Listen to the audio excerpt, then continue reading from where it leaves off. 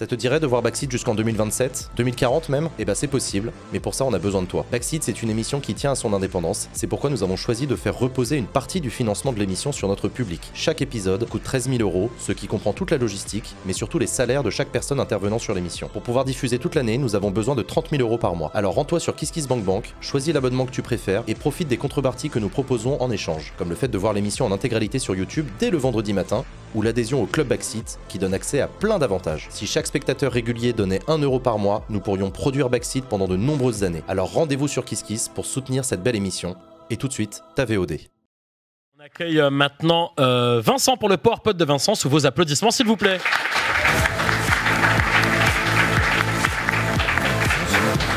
Comment il va celui-ci ? Bah écoutez, j'étais en train de penser, s'il y a des gens dans le chat qui veulent, j'ai une recette de lasagne vegan et je l'ai fait tester à des gens qui mangent de la viande, ils n'ont vu aucune différence. Voilà, si vous voulez tester, expérimenter, c'est possible. Et j'ai jamais aussi bien mangé que depuis que je suis végétarien. Voilà, bref. Eh ben, écoute, chef cuistot maintenant. Je vais juste. T'adores. Oui, non, mais tu peux Non, mais je voulais. Je te trouve. J'ai rarement l'occasion de participer aux autres débats de l'émission. Là, je me suis dit, j'allais le faire. Mais franchement, on va envoyer bientôt Vincent sur Top Chef. Hein, je vais parler d'un truc qui a rien à voir en plus, donc voilà. Alors, c'est vrai que ton sujet du PowerPoint n'a pas grand lien avec.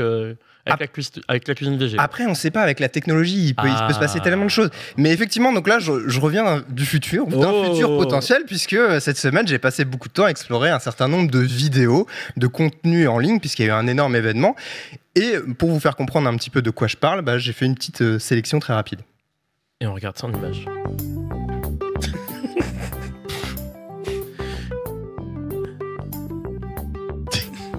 Complètement con les mecs. Le choix de la musique est super. Ouais, légendaire. C'est pour les droits. C'est pour pas me faire strike. Là, je le précise, là, juste là.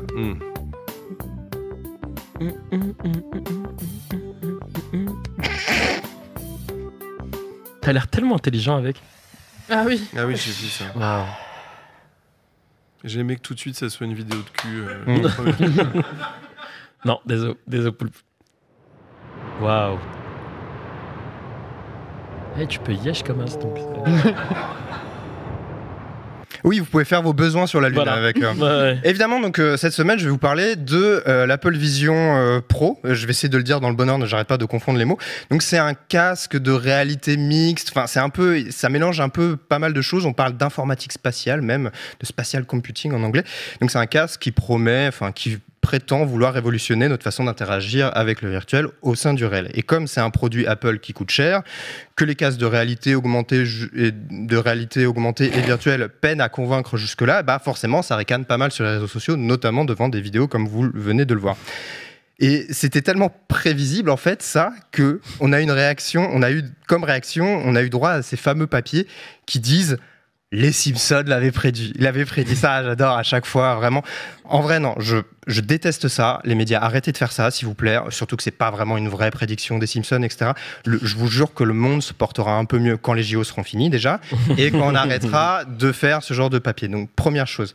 Ensuite, je me suis quand même posé une question. Je me suis dit, est-ce que ces personnes dont on se moque un petit peu aujourd'hui, c'est des simples fans d'Elon Musk, des privilégiés dont on peut légitimement se moquer, ou est-ce que c'est un peu des avant-gardistes en fait qui nous viennent de futur, ils nous offrent un avenir potentiel? Et donc, ma question ce soir, c'est ah oui, à chaque fois j'oublie d'enlever l'animation. Bref, est-ce qu'on devrait vraiment se moquer des utilisateurs d'Apple Vision Pro? Alors, je vais commencer par une question pour tenter de répondre. Est-ce qu'il y a des gens ici qui ont des AirPods ou des écouteurs sans fil? Oui. Voilà, globalement. Et je peux pas m'en passer en plus. Voilà, t'as des AirPods, toi? AirPods Pro. AirPods Pro, voilà. Bon. Et moi, je trouve que ça réchauffe l'hiver en plus, personnellement.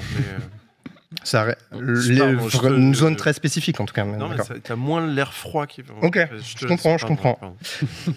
En tout cas, ces écouteurs, ils ont totalement intégré nos usages à tel point qu'il y a de plus en plus de téléphones qui n'ont plus de prise jack. Et il faut vous rappeler qu'arrivé en 2016, tout le monde se foutait de la gueule des AirPods. Vraiment, il y avait plein de mèmes. Et moi, le premier, pour moi, c'était un peu les écouteurs des traders, entre guillemets, sur Instagram, qui vendaient des pyramides de Ponzi à des utilisateurs. Enfin, des trucs comme ça complètement fumeux. C'était vraiment les écouteurs de ces personnes-là pour moi. Aujourd'hui, j'ai des écouteurs sans fil et je suis pas le seul. Même le Guardian, il voit désormais un peu l'objet totem des millennials. Alors oui, un AirPod, c'est pas comparable à un Apple Vision Pro en termes d'innovation et de chamboulement technologique, mais l'histoire d'Apple et de la tech en général est marquée par ce type de réaction au premier abord. L'iPhone, typiquement, c'est un excellent exemple. On retient la présentation de Steve Jobs, évidemment, mais on a oublié qu'une partie de la presse et même des industriels tenaient un discours assez similaire à celui qui est tenu aujourd'hui pour le casque d'Apple. Alors, croyez pas que je suis là pour défendre Apple. Je sais que mon outil de travail, moi, la plaide pas en ma faveur. Mais j'ai pas non plus oublié ce qu'on peut reprocher à l'entreprise, notamment leur façon de gérer les travailleurs dans les usines en Chine ou dans les mines en RDC. Et puis, ce genre de discours concerne de toute façon les innovations technologiques en général.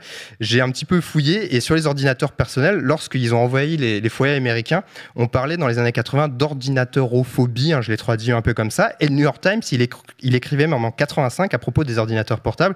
Les gens ne veulent pas se trimballer avec un ordinateur avec eux à la plage ou dans le train et passer des heures dessus alors qu'ils préféraient lire les sections sport ou business de leur journal papier.